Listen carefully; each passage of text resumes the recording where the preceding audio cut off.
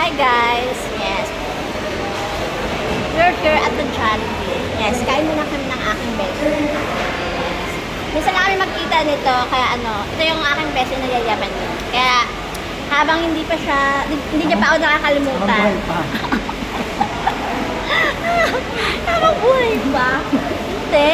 Siyempre minsan na kami, alam niyo yung, actually kayo na namin sa celebrate. Sabi mo, ngayon ako niyaya sa ospital.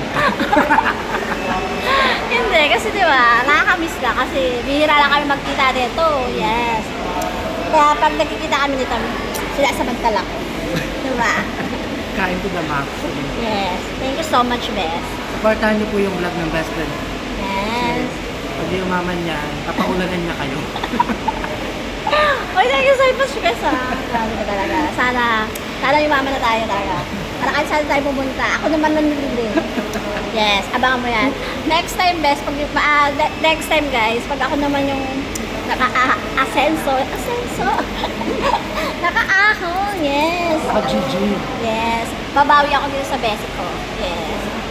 So, ngayon guys, nagpapasalamat kami kasi syempre, sa tagal ng panahon, bihira man, nakakasama ko pa rin ang tao.